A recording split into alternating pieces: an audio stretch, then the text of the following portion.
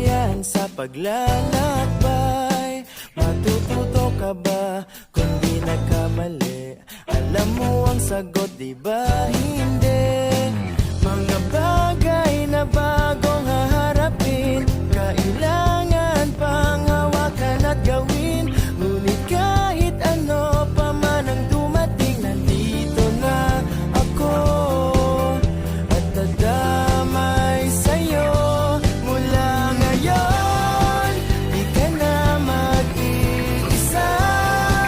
Huwag matakot mawala, sasamahan ka hanggang langit at di bibitaw sa piling mo, sa piling mo. Kung nais lumipad, di babawalan. Hindi magdaramdam, hihintayin ka lang. Kapag